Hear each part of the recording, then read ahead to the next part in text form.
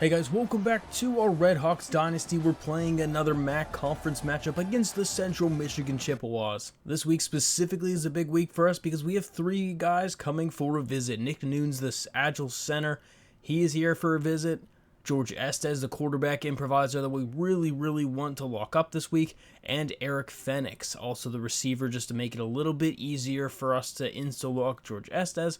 But it would be a big thing if we got all three of these guys. And one player to note, Nazir Washington is officially back from the injury list. He injured himself a couple weeks ago, and this will be the game he returns. And let's go, boys. 2-5 Miami Redhawks versus the 5-2 Central Michigan Chippewas.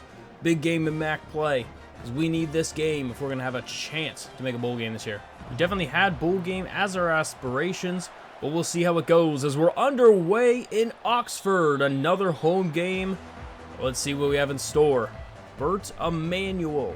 He's the player to watch currently as their quarterback. And defensively, we've kind of been a liability most of this year, to be honest. We really have to figure out an identity on both sides of the ball. But great play from Rayon Strader.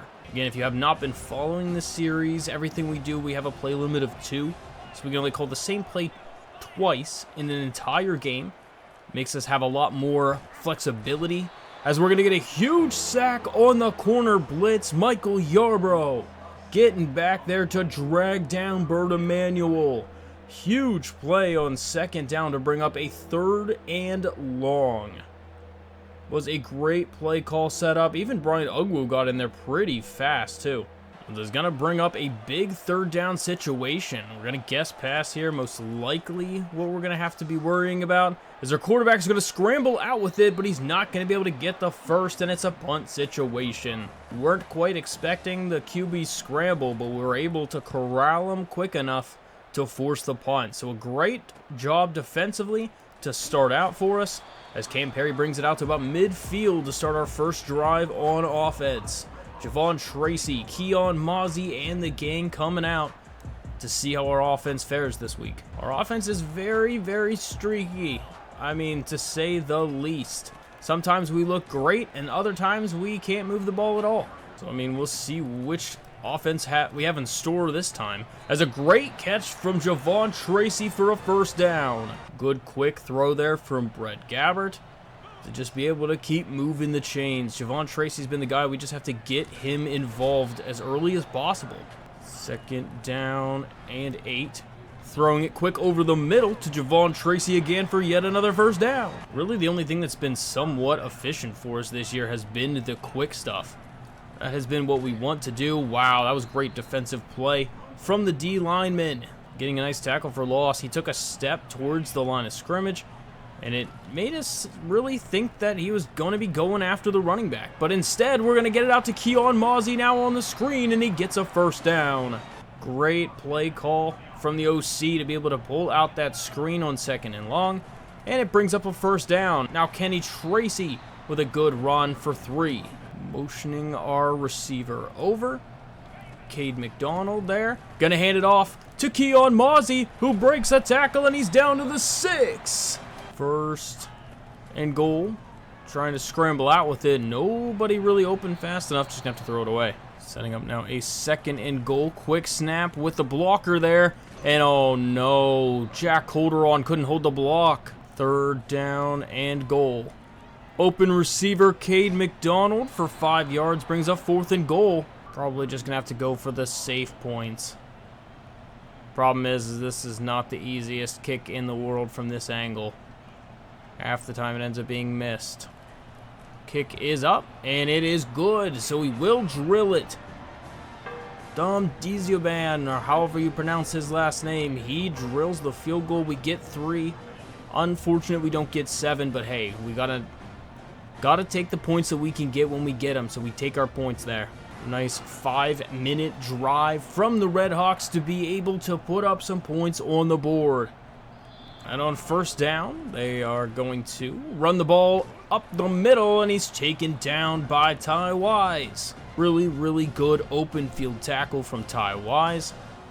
It's going to bring up a 2nd down and 9. They really seem like they want to live and die by that short pass and run game, as they're going to pick up a nice couple yards, makes it a manageable 3rd down. We don't want to be massively aggressive here, but we do want to be somewhat aggressive here, just in case that they run the ball. But it's going to be a play action fake, so it's actually a beautiful play call, and Michael Yarbrough is going to go in there and get a sack. A huge play from Miami, as Michael Yarbrough comes in free on the corner blitz and gets his 2nd sack of the game, immediately forcing the punt situation as the first quarter is winding down, but the defense having some really good play calls to be able to get something happening for them. So can Brett Gabbert lead another drive? Keon Mozzie getting about 3 yards, and that's probably going to take us to the end of the first, as it's 3-0 at the end of the first quarter here in Oxford, as we are playing some really suffocating defense, good timed blitzes, and trying to play game management from the other side so we just don't have to be on defense that much. That really could just be the key, as there is a flag, and it's going to be a false start. And that's not ideal. Not ideal for sure there. That's not a good play. So on 2nd down and long, we've got another screen play dialed up. Keon Mozzie is going to get a good chunk, and it's 3rd and 5. 3rd and 5. Throwing quick to Reggie Virgil, who will get the first. Good job holding on to it. 1st and 10. Running it out to Keon Mozzie. He's just not fast enough. Going to lose a yard. Good defense. 2nd down now and 11. Throwing quick to the tight end. And Cold Iron with a nice grab, and he's down to 3rd and 2. Short play needed on 3rd down. Keon Mozzie's just going to put his head down, and he gets the first. A nice drive is building right now for the Redhawks, as they're going to run the ball. Keon Mozzie in space, trying to make a man miss, and he gets 10 yards. I mean, right now we're just able to ride Keon Mozzie all the way down the field. We'll give him a little bit of a breather here, but the run game is doing really well right now. We'll go back to it, this time with Kenny. And Kenny's going to get the first. Starting to slowly load the box. But not in time, as Keon Mozzie gets another 1st down, and it's a timeout for injury called, as we're driving down the field really well. 1st and goal.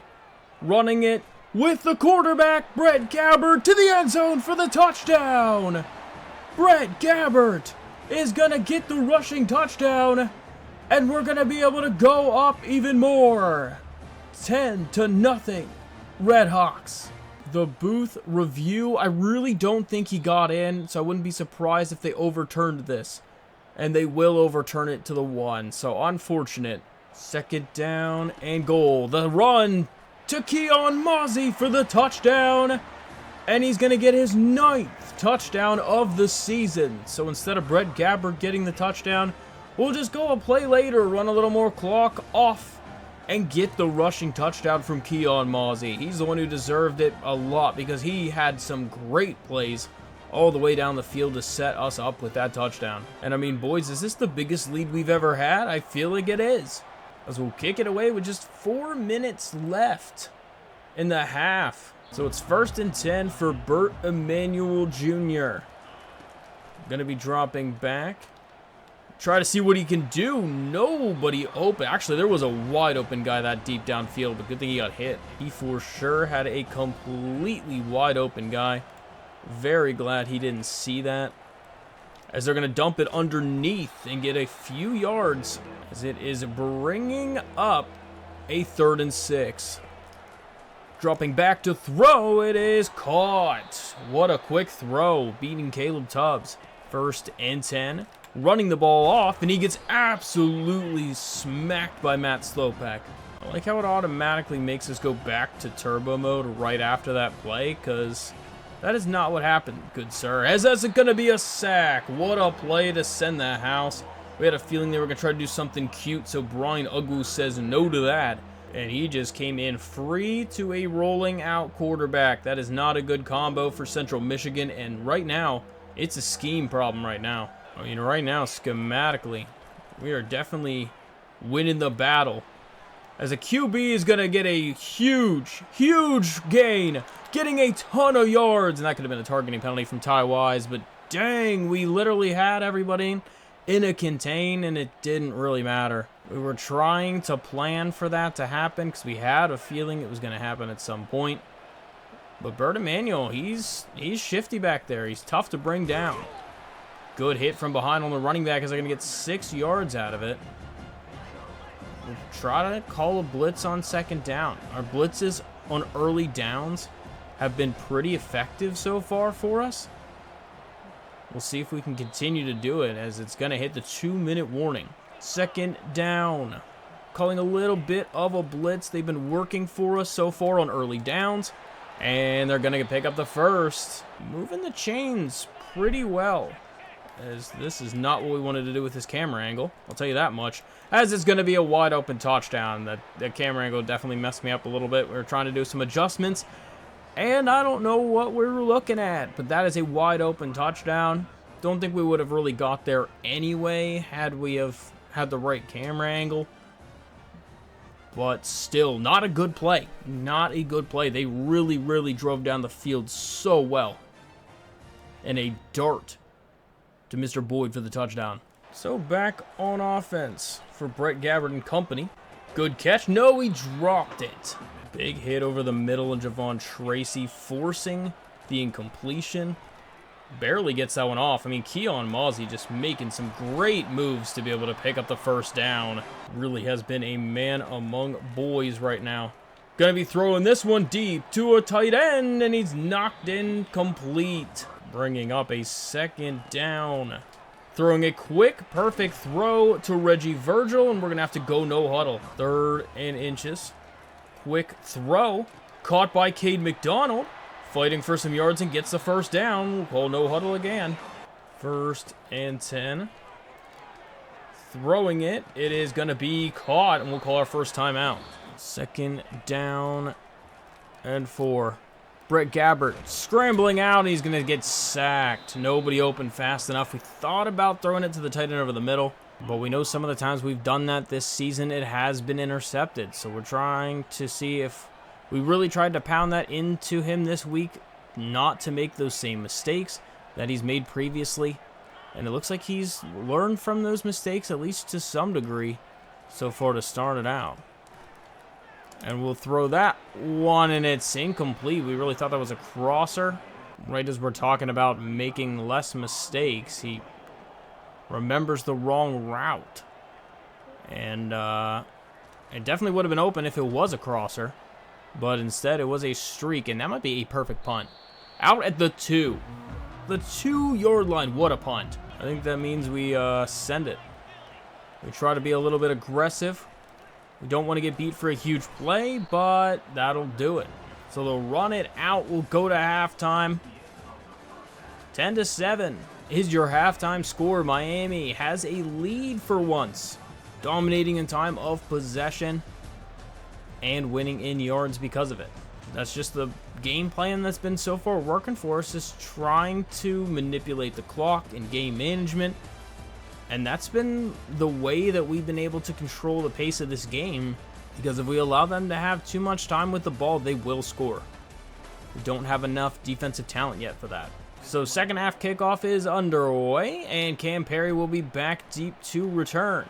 He's looked very elusive, but hasn't taken anything back for a bit. So back to the ground game in the second half. Got Keon Mozzie a little bit of a break. And we'll go back to his dominant ground game attack as he gets 10 yards on the first carry. Gotta love it. Who does not love power running? Just a really, really fun style of run. And we're going to, wow, okay, 77, just run right by him. Definitely think we had an opportunity to do something nice there, as that's going to be a good quick throw out to Cade McDonald for a first down. A great read to notice that they were in cover 3 and just shoot a bullet down there. Actually, it looks like it was a cover 2 invert hard flat. Like everyone was running from the opposite side of the field, so that's just a good awareness to get rid of it quick. It almost looked like that vacancy there was going to be for a cover 3, but instead, hey, I mean, we will take it either way. Oh, and he had him up the seam, but he threw it off his back foot and missed him. Definitely don't want to be having those incompletions to stop the clock, so we'll go right back to the ground game.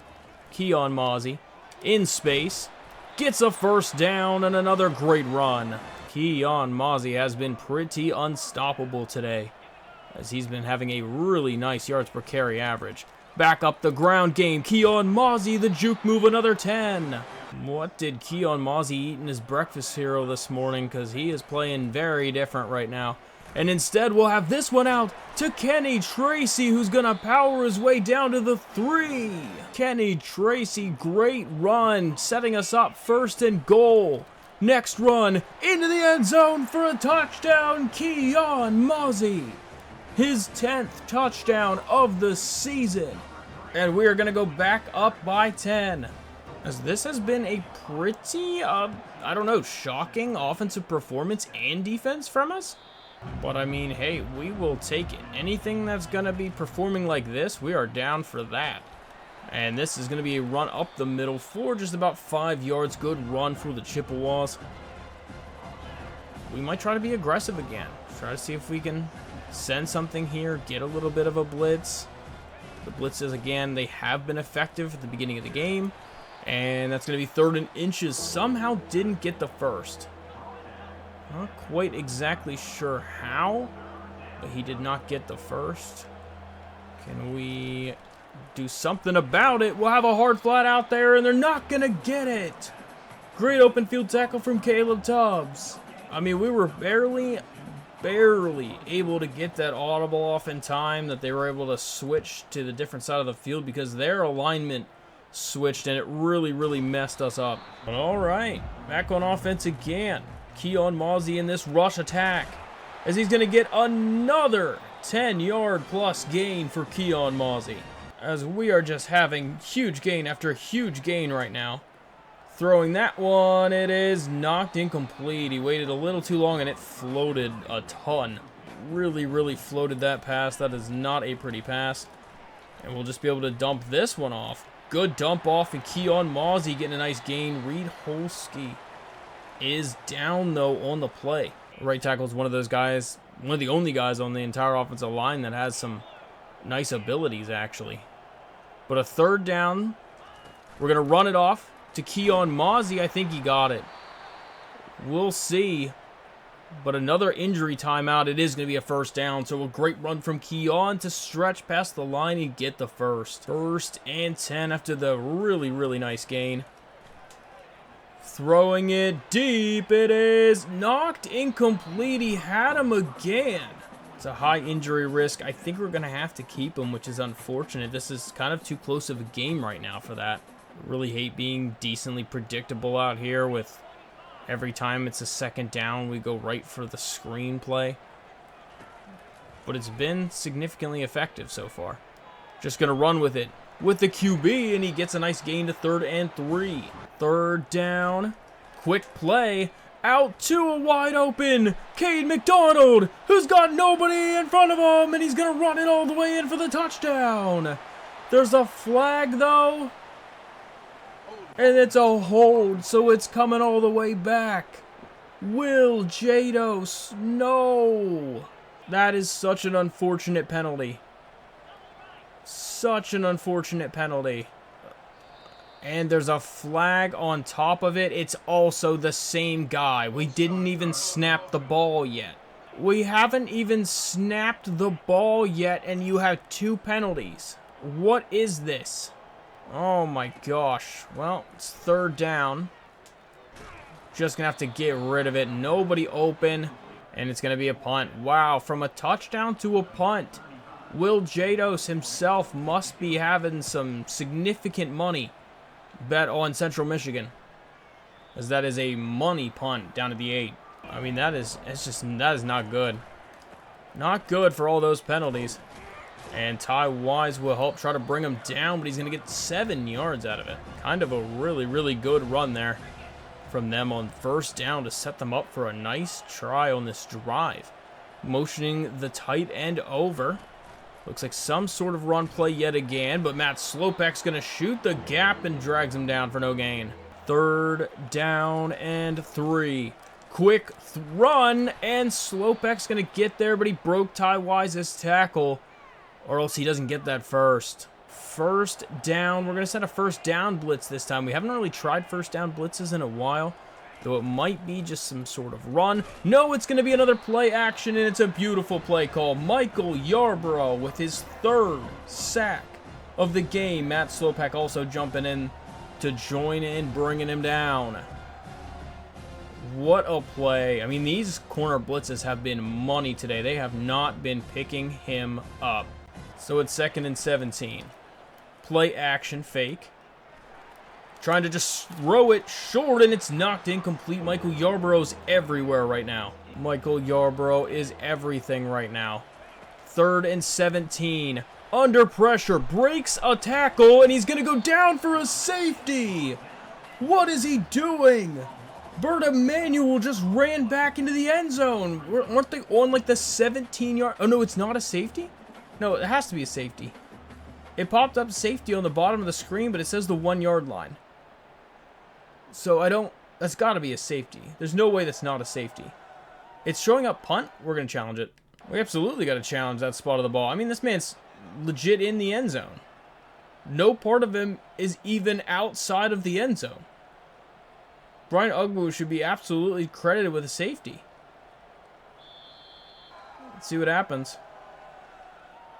No. That is not going to count. I mean, maybe they moved it back a little bit. There's no way that's not a safety. You mean to tell me that this guy is scrambling out back here, breaks his tackle. He is like a full yard deep, and then he could run out, and then right there, he decides to turn around and run further back into the end zone. This is where he should have given up his forward progress. There's no shot. Look at this ref. He's literally standing right there, too, as this tackle is going on. And he says, yeah, the ball right there, nah, we're at the 1-yard line. Wild. Just absolutely wild. So instead, we'll get the ball back at least, so it doesn't really matter in the long run. But it would have been nice to have the safety and the ball back. But all right, so first down running. And a great cutback move from Keon Mozzie. He gets up over 100 yards on the day and a great run. As we get to the end of the 3rd quarter, it's 17-7. Your Redhawks leading. Can we get our 3rd win of the season? It's a big week. We got a lot of recruits coming into this game. 3 of them, in fact. This win really could insta-commit our quarterback.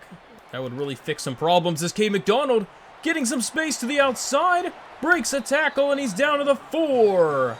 Great run from Cade McDonald to set us up 1st and goal. As he's up over 500 yards receiving on the season. Him and Javon Tracy just going neck and neck this year for wide receiver 1. But they really just kind of fill 2 different needs. Cade McDonald's not really your outside receiver. He's more of your slot guy. As Keon can't quite get in, gets to 2nd and goal. 2nd down and goal. Running up the middle. 3rd touchdown of the day for Keon Mozzie. Having himself a day, young man. So really, really good play from the offense this week. And the defense is doing pretty well, too. Wow, what a dime, though. If Ty Wise was a little faster, we would have read that. Going to be moving to flip everybody over as it's back to 1st down. Run right at Ty Wise, no gain. Great awareness. Great awareness from Ty Wise to get him for no gain on that one. They'll go back to running with the quarterback, and he's going to get another huge gain. We're going to have a spy out there. Jeez. We'll see what happens if instead we can just send some pressure as it's 1st and 10. Under some serious heat, and down he goes again.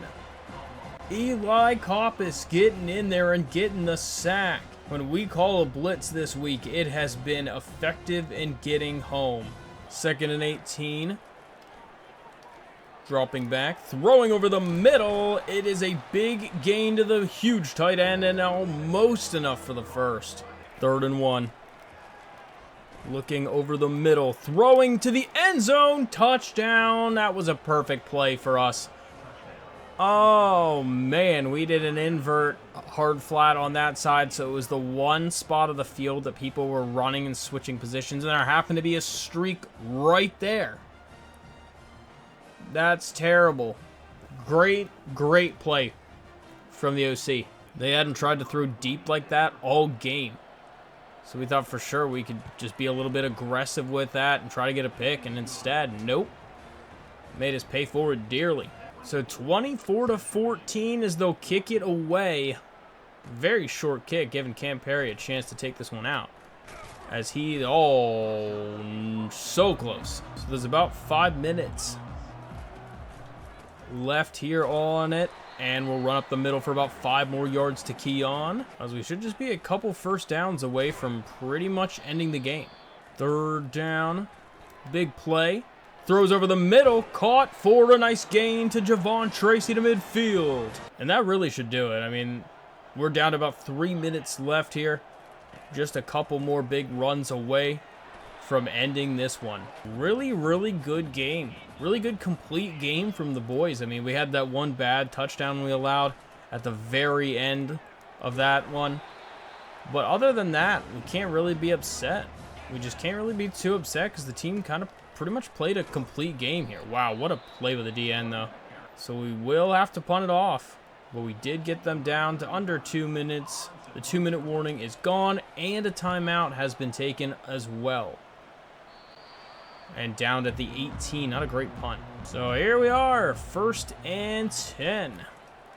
See what's going on, is it's going to be intercepted. What a complete game from Michael Yarbrough, as he has multi-sacks and a pick 6 to seal the game.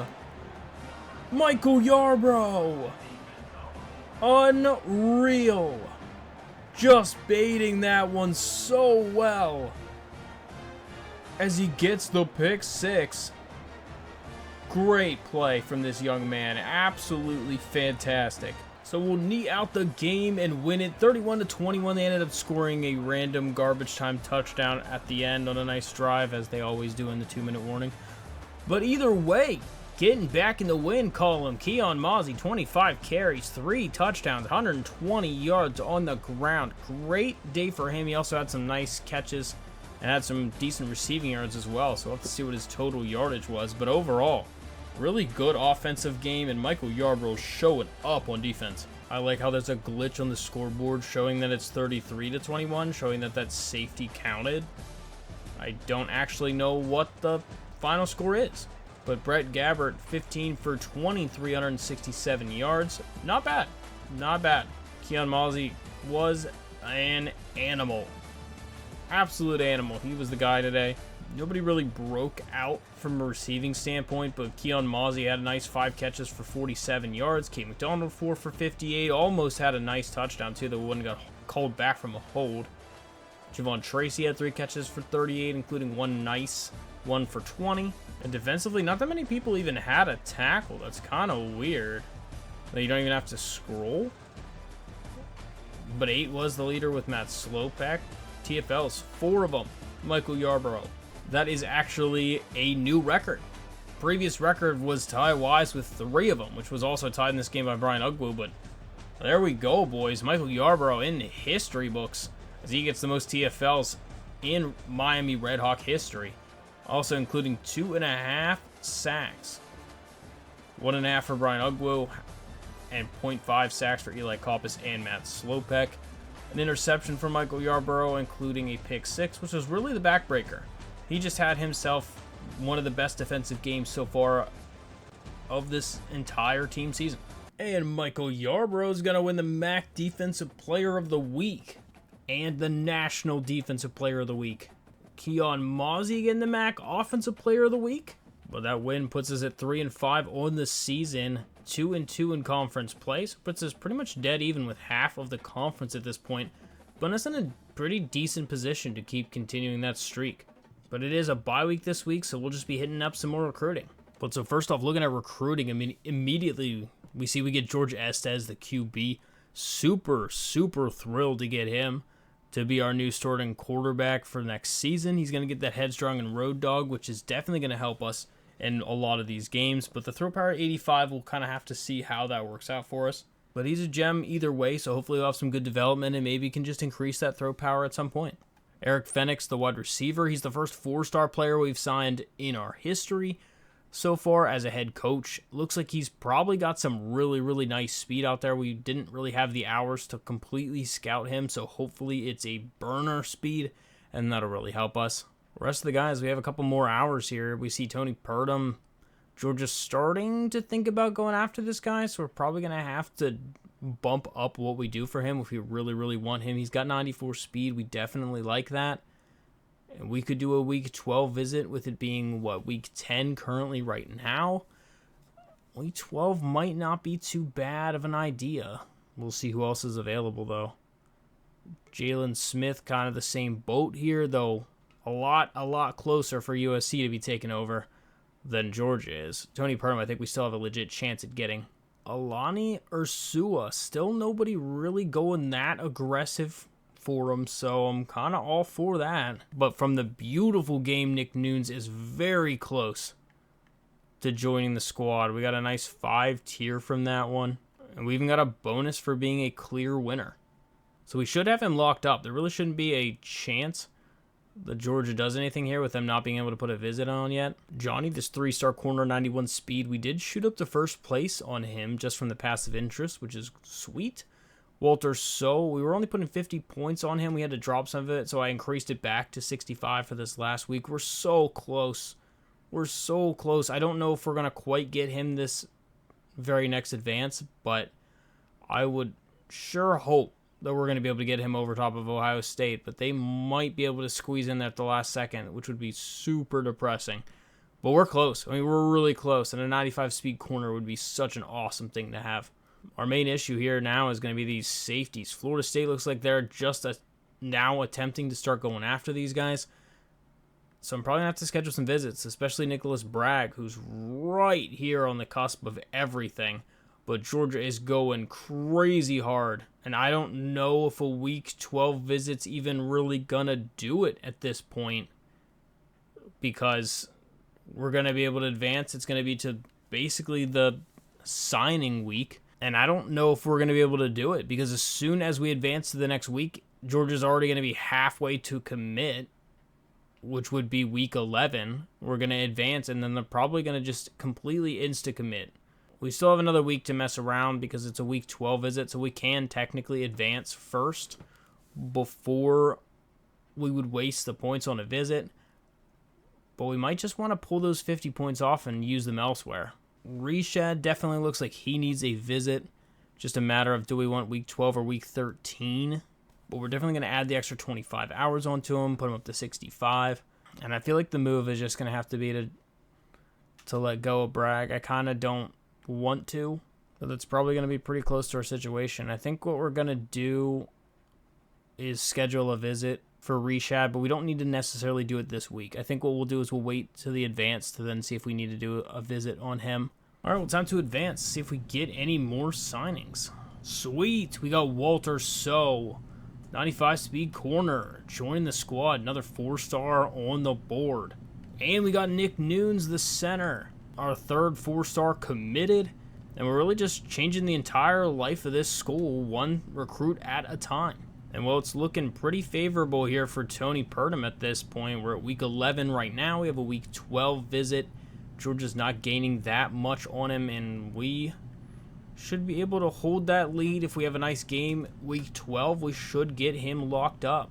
Looks like a week 12 visit for Jalen Smith, but they really fell off the wagon here. Pretty much trying to slow play it. LSU's picking up a little bit on him. Looks like with all these other schools joining in here, Alani Ursua is probably for sure going to need a visit. So we'll be throwing one on here for a week 12. Nice little proximity to home. See if we can get anything going there for him. Well, this is interesting now. So Georgia has passed. They aren't quite at the commit stage, and I'm not sure if they're actually gonna commit them or not. We could take a chance and put a visit on them for the off chance that our advance to week 12 does not lock him up. It doesn't look like they will. It looks like Georgia's going to be a smidge away from locking him up. So it looks like we might actually be able to. And Jalen Reshad, wow, we've kind of shot up there. We're about to hit commit stage currently, so we might not even need a visit on him at all. It might be worth just fully scouting him. If he's a gem, go for it. If he's not, then don't. 86 speed is what it kind of looks like where we end up here. 86 speed, 86 excel. I feel like I like Reshad better up there with 90 speed. So I feel like he's not going to be worth doing it. So I think we're going to remove him from the board, get the 50 hours back. Which means then we should definitely just put our visit right away on Jalen Reshad just to absolutely confirm we're getting him, and Florida State's not able to just jump in here and do something dumb at the end. Schoolboy, I'd like to get a single scout in here just to kind of see what we see. Oh, immediately Platinum D-line rally. 73 speed. Wow, okay. I don't know if he's going to be absurd, but Platinum D-line rally is always nice. I think we go immediately to send the house. Just since nobody else is going that hard for him, we can get him into the top 5 stage and then immediately try to see if we can hard sell / schedule him for a visit and see if we can get him locked up before any of these other schools. But I think the one we will take a chance on is Jalen Smith. I think we'll take a chance by scheduling a visit in week 13. And we'll go ahead and put 50 hours on him, because it doesn't look like from the rate that USC's even going after this guy. It's not much. It really looks like LSU's going to try to get a visit scheduled, so I just wanted to make sure I got my visit in before LSU would be able to potentially put one on him. And so then I jumped up to 50. Hopefully between this week advancing and the week 12 advance, we can get into the commit stage so that our visit is during the commit stage and giving us a great chance to be able to just insta-commit this guy right after the game. Ending up getting 3 4-star receivers would be wild. So coming out of the bye, we're going to be playing against Ball State week 11. Then we'll be going back home to play against Kent State and Northern Illinois. To kind of wrap up the last 2 weeks of recruits coming to visit as well. Then ending the season at Bowling Green. We only need 3 wins out of the last 4 to be bowl eligible, which would be a great thing for us, and especially because our coach goal was to win 8 games, which is not going to happen, but we can be pretty close to it and keep our jobs if we at least win probably 2, but ideally 3 of these games. If we can win 3 games, make a bowl game, and win a bowl game, and with 7 wins, that'd be pretty close, and I feel like that'd be a pretty good year for us. But so far, I mean, absolutely thrilled with what we've been finding in the recruiting trail. We've been getting quite a bit of 4-stars, and they seem to be impact ones. They seem to be ones that are going to definitely help us out for the long term, for the life of this entire dynasty. So that would be awesome to be able to get some of those guys. And a lot of them have some nice speed too, which is something that's very far and few between at any of the schools that are this low in prestige. So it really should make a massive difference for us.